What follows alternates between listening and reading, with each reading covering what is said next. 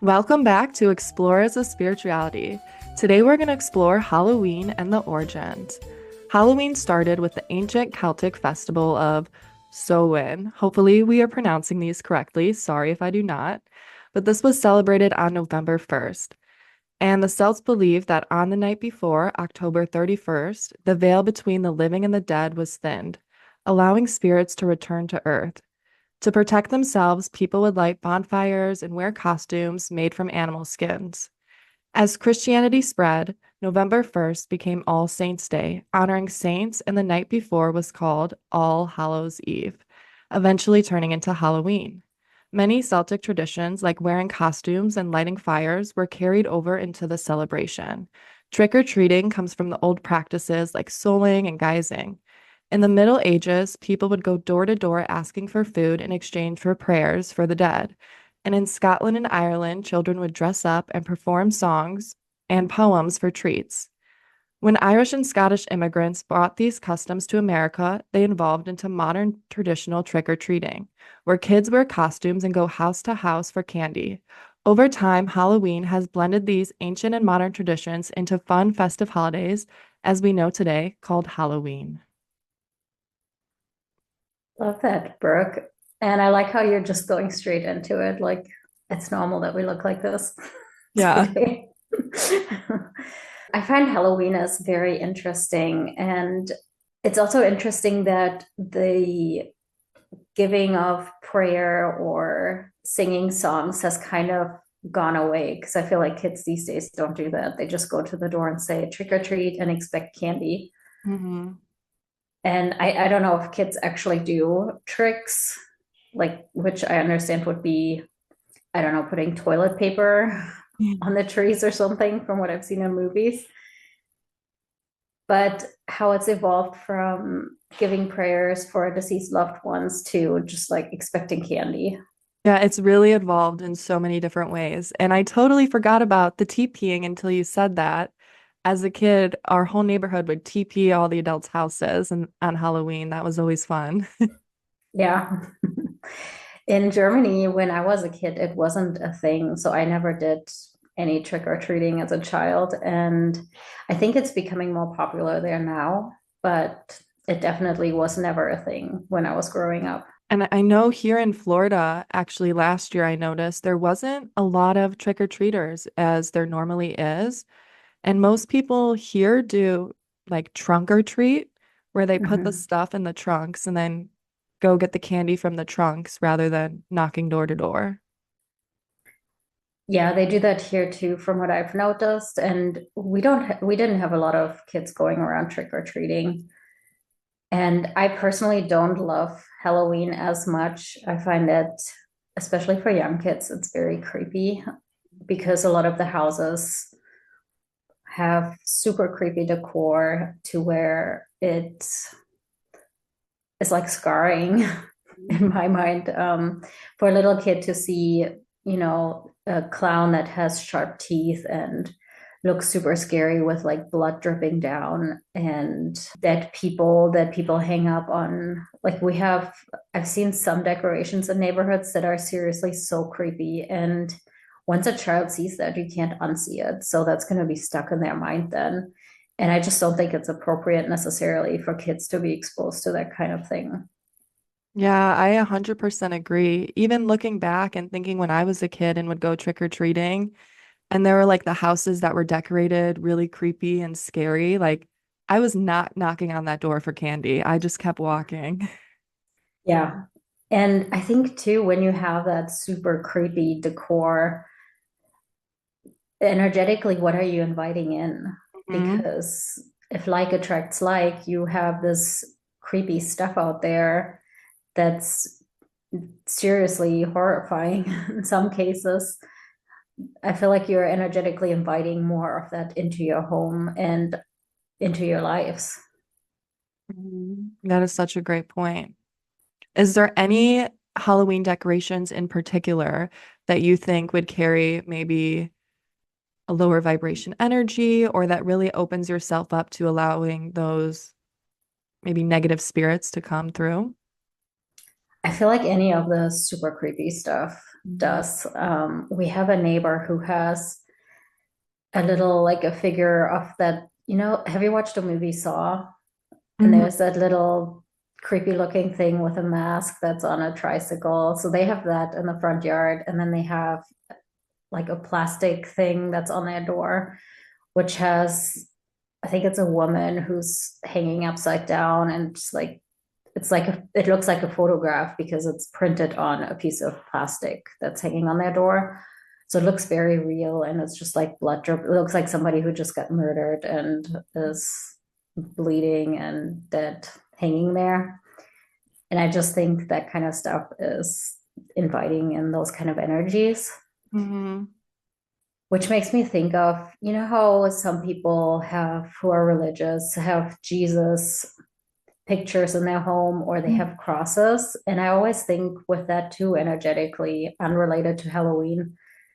But if you have the picture of Jesus suffering everywhere, I feel like that's energetically also not gonna be that high vibrational versus some of the pictures where Jesus is in like a nice light or something where he's alive, and like there are different kind of pictures that you can feel it when you look at it, like you can feel the good energy versus the suffering. Wow, that is such a good point. That's something I really never thought about, and how just a picture could create such a significant amount of energy change in your home.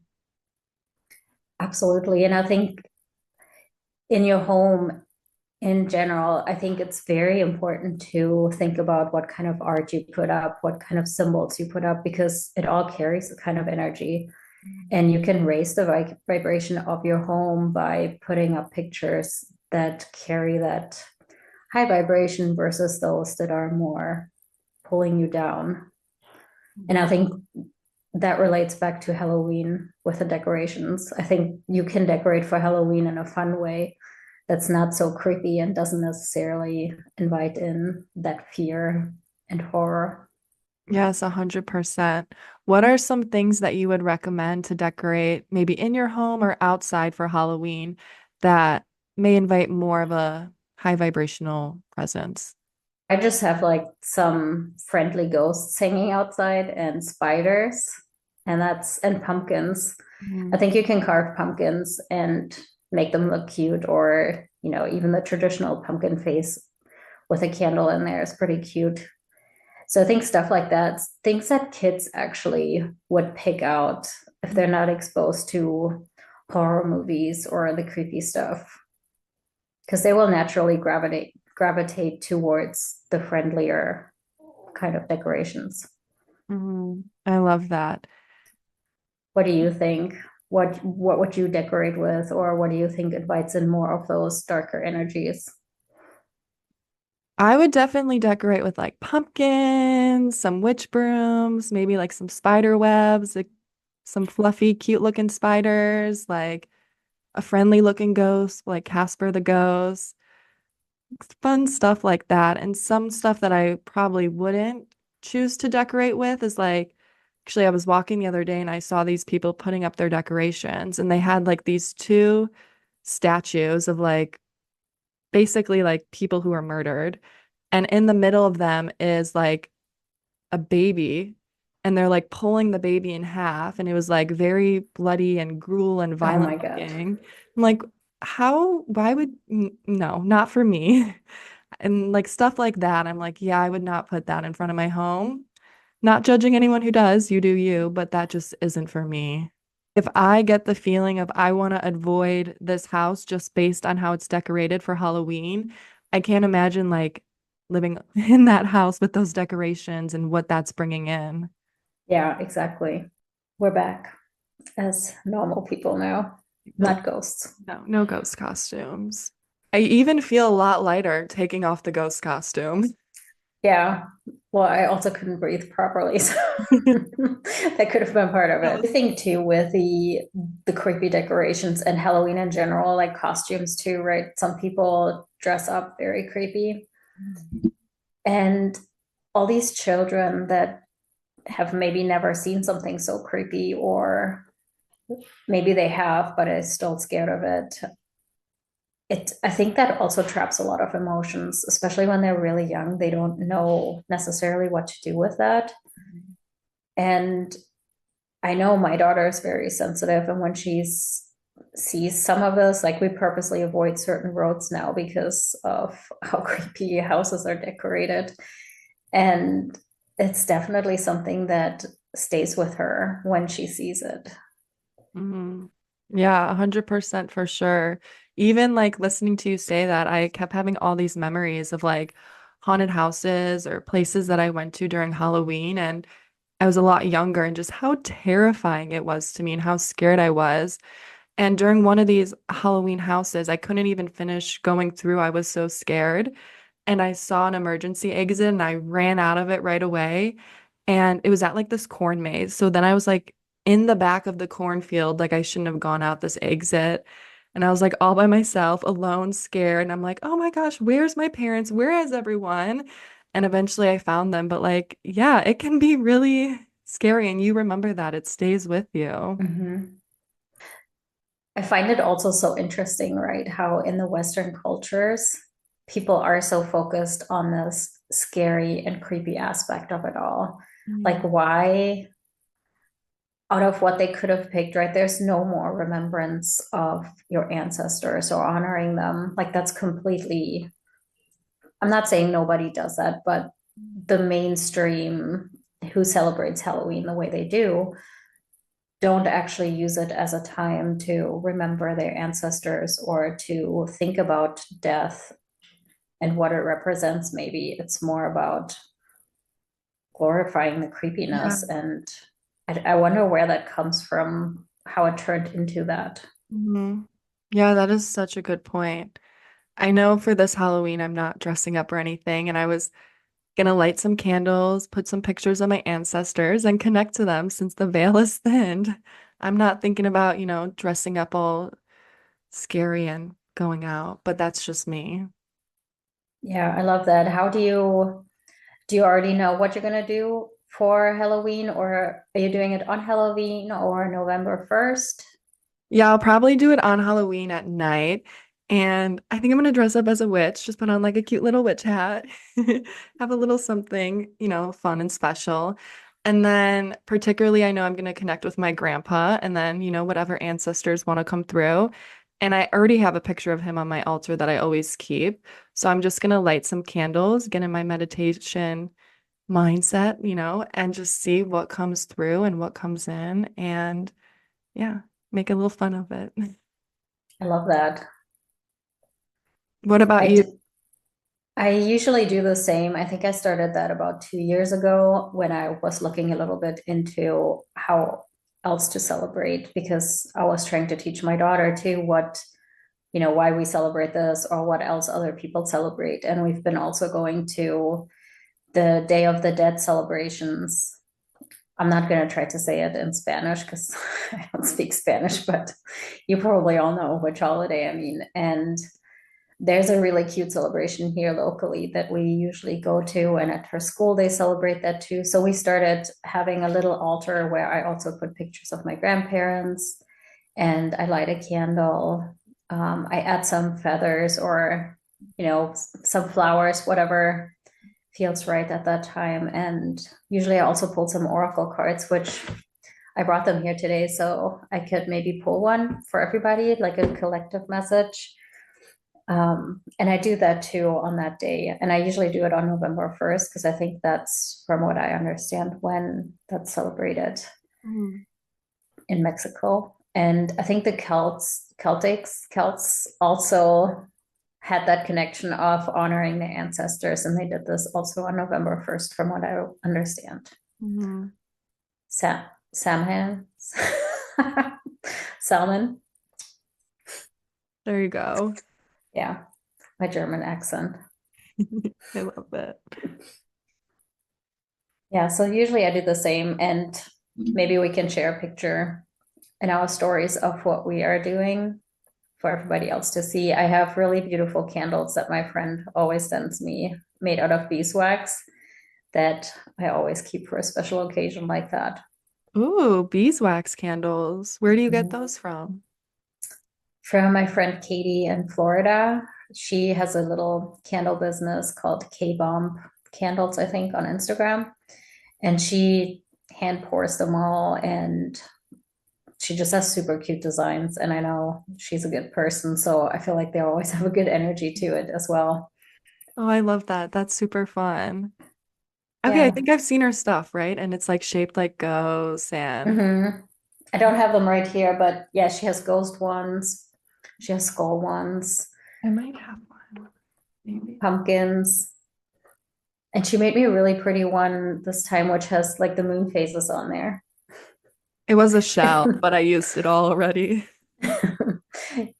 I always feel bad lighting them because they're so pretty, but at the same time, they're meant to be used. Mm, exactly. There was this book that I got, and it basically just shares like all like holidays and like what they were before they like turned into what they are now. And that's actually where I heard of like the honoring your ancestors on, I'm gonna mispronounce it too, so I'm not even gonna say it, but Salmon. yeah. And so it talks about what you were talking about earlier, how like the plants die back and dead souls I return. think it's great to also use this time to connect back to nature and the cycles of life and death because I think so many people nowadays are so scared of death. Like they have this really deep fear of dying and want to stay alive as long as possible, where a lot of times it's like they're not actually really living life or maybe not really living it to its fullest, but still have this fear of death. And maybe that goes back to what you believe what happens after death. Because if you think this is the only life you've got and nothing happens after, then maybe that is scary. Or maybe if you believe in hell or something like that. But I think without death, we wouldn't have life.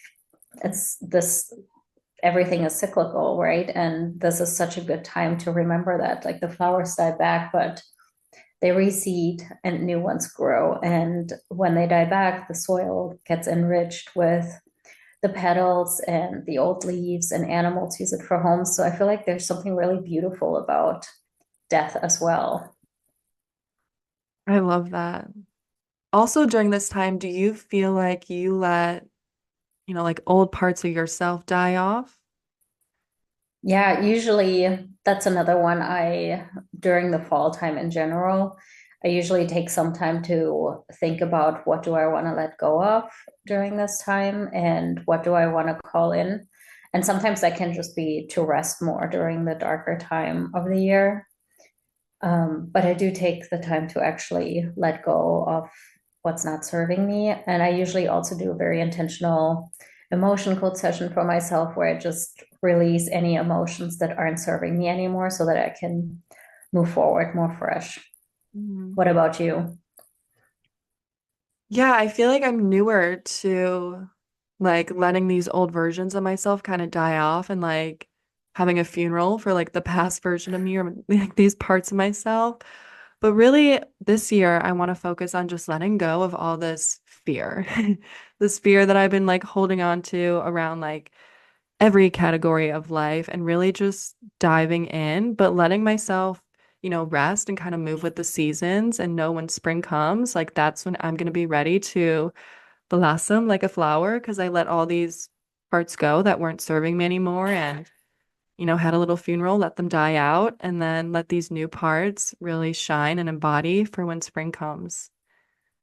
What do you do for your funeral? Like, are you doing any actual thing? Yeah, so usually I like to write a letter like Dear Brooke, da da da, and then I'll just write everything out and write parts of myself that I'm ready to let go of, and then I'll read it and then I'll burn it and I just like that. let it go. I do that a lot where I write things down that I let go and burn them around certain moon phases, but I haven't done it as like a funeral type thing. And Mhm. I think that's such a great idea because as we let go of the old parts, we can truly let them go, right? If you're having a funeral, you're saying goodbye to that instead of constantly going back thinking, maybe I used to be like this, or a lot of times we go back and think about the things we've done wrong or that we don't like about ourselves, or because we used to be this way, we should still be this way. And I think it's such a great idea to just let it go completely, burn it, bury it, be done with it, and truly let it go. Don't go back to it if it's not serving you.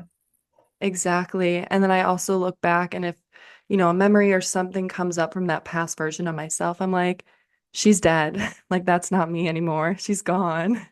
And it just really helps me also like separate from past things that I've been through and kind of really attach myself to really separate and let those go for good. I love that. That's really cool. Should you pull a card?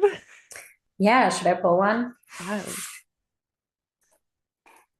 And I was thinking too, for anybody who's listening and who would like a card pulled for themselves, like a personal card, you can send us a message either on Instagram or send us an email, and I'll pull a card for you and send you whichever card I pulled. And if you have a specific question, you can put that in your email or in your message, and I'll ask specifically. And with questions, it shouldn't be like a yes or no answer, but rather something more open-ended, like maybe you'd want to know any ancestors, like what message is there for me, or if you're not sure, maybe on the next steps, you could ask around that, or I can just pull a general card like I'm doing now.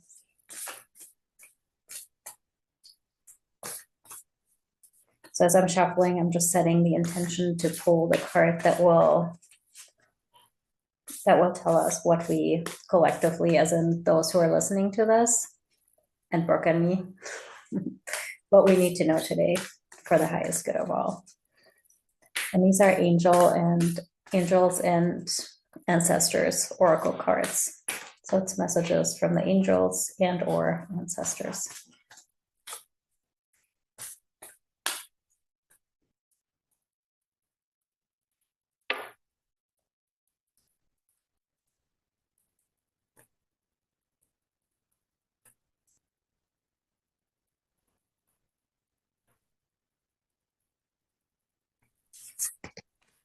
I'm gonna pull two cards actually.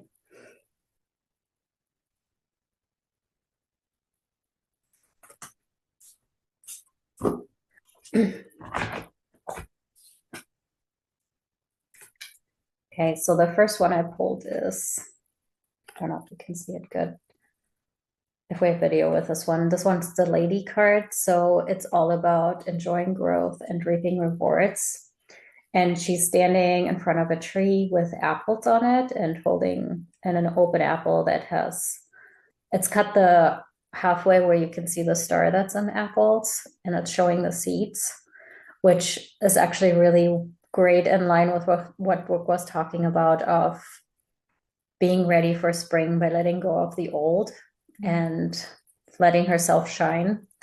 Because I think here in this card, you see the tree, you see the apples, you see the seeds. So it's kind of like that whole circle of life of the seeds that then grow again into a tree and the fruit that you can eat. And as you're eating it, I guess that represents death, maybe. I love that. And yeah. So I feel like this is a confirmation that as we do these things of letting go and embodying that which we want to be, that we will reap those rewards and grow from it. And the other one is Star Ancestor, which is about following the voice of your soul. So I feel like that's pretty fitting too, since we're talking about ancestors, and the star ancestor is basically for all of us, right?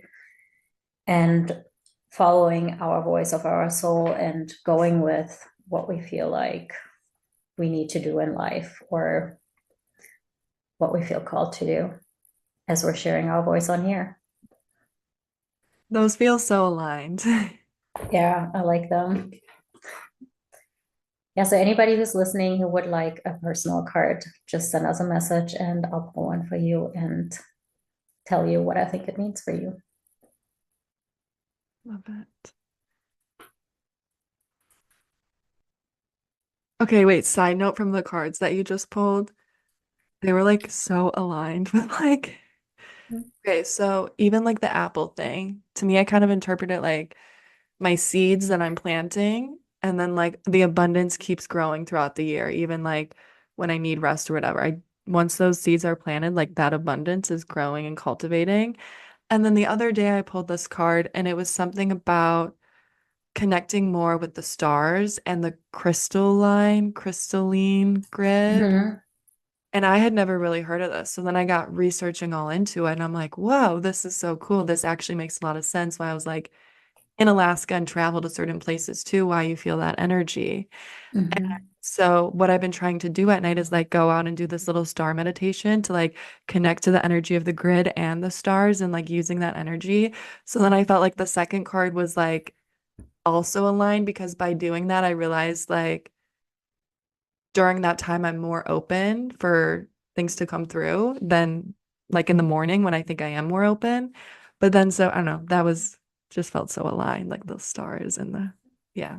I love that.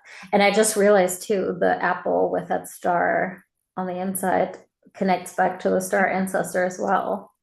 That is so true. Yeah, let me see.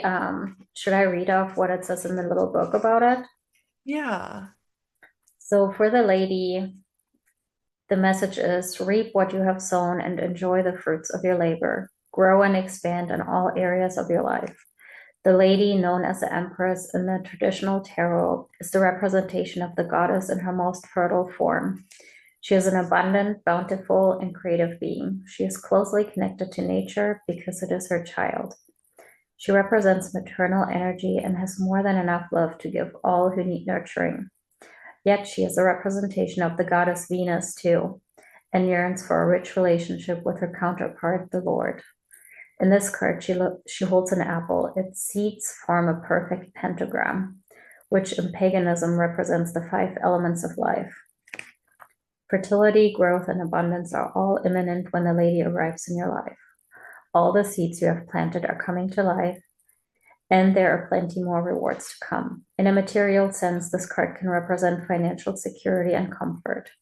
It shows that there will be more than enough to go around. If you are making business deals or setting intentions to create financial growth, this card indicates a considerable amount of monetary success.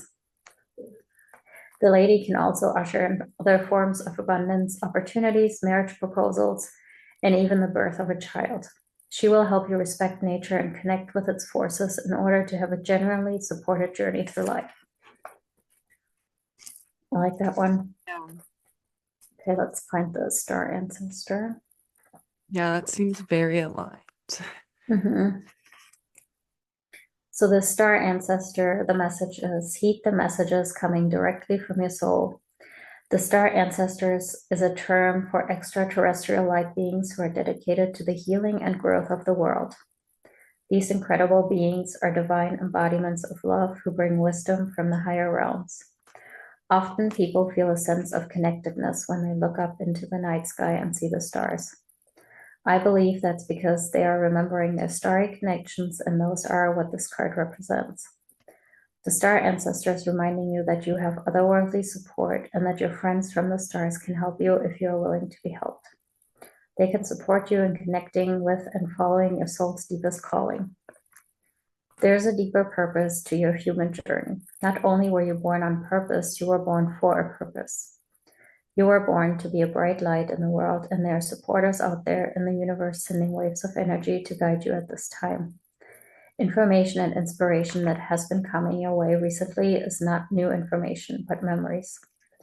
Your feelings of being drawn in a particular direction are the awakening of an aspect of your soul. You are being drawn towards a road that will not only light you up, but also help you light up your corner of the world. Continue following the cosmic guidance that is coming your way. I love that. That's like spot on. Yeah, it sounds like it's really what you were just describing, what you've been doing. I know. Really, that's spot on. Another thing that intrigues me is a very popular costume is witches. And from what I known is growing up, a lot of people that would dress up as witches would do like the green face painting and warts on their face and make themselves look like very unpleasing and also scary at times. And I always wondered why this was. Yeah, I think that goes back to all the creepiness, right? But witches, you're right, there seems to be a focus on witches as a bad witch, though, just like Disney movies. Yes. Every Disney movie, like there's no like how the princess, there's no like princess looking witch. They make them just look like very scary and evil looking. Then I think back to times when like women were burned for being like so powerful and like what they called witches back in the day. And maybe trying to like modernize it, they made them seem and like dressing like a witch is like so scary and evil and unappealing to also like kind of keep it from that not wanting people to like be witches or be in their power, realize that it's actually can be such a beautiful, powerful thing. Yeah, I think that's absolutely probably how, or at least part of it. Mhm. Because when you were talking about Halloween in the very beginning, you were saying how Christianity kind of not took it over, but put their spin on it. And I guess it would be in their interest to portray the witches as the bad people. Exactly. Because then, even like what we were talking about earlier, and being a kid and seeing all that stuff and having it scare you, seeing like a witch who's dressed up like that makes it seem very intense and scary. Rather, if you were to see someone like, just in like a black dress, cute little witch hat, all good. But Yeah, I think absolutely. yeah, yeah, like be witches or explore what it was to be a witch, and they just want it to seem like it's this evil thing that you don't want to be around or you don't even want to dress up as. Yeah, and I'm not sure how the Wiccans celebrated this holiday, but I think I read somewhere that they also had a form of celebrating either on the 31st of October or the 1st of November. And I wonder, without looking into it, I don't know the story, but I wonder also how maybe that ties in together, how Wiccans celebrate it and all of that. Yeah, that is a good point too.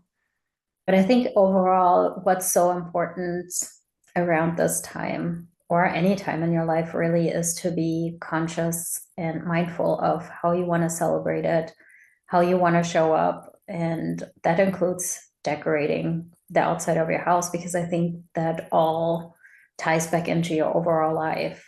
Mhm. Because the inside of your house can impact your life pretty immensely. So I think when you decorate outside and it's all creepy, I think it impacts it the same way. Same with costumes and other things. Do you want to scare children and potentially contribute to traumatizing them for the rest of their life? Or do you just want to make it a little happy, friendly holiday if you even want to celebrate it all? But I think it's important to just spend some time and think about that on how you want to show up.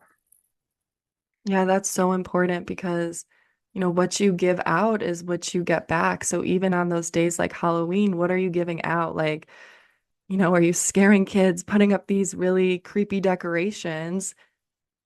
You're going to receive that back at some point in your life. Yeah. And the intention, what's the intention behind it? Why are you wanting to scare them? Mhm. Well, a good point. Yeah. Yeah. Well, if you have any special rituals or any special ways you celebrate around October 31st or November 1st, or in general around this time, we'd love to hear what you do, how you celebrate. So feel free to share with us. Do you have anything to add, Brooke? No, that's it. All right. Well, enjoy your Halloween. Ooh.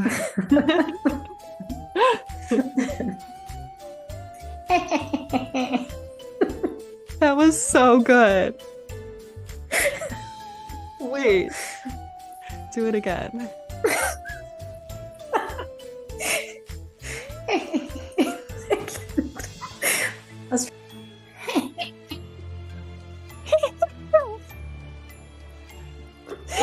You sound so good. connect to your inner witch, Brooke. Calling my inner witch. Maybe it's the German fairy tales that like taught me how to laugh like that. Exactly.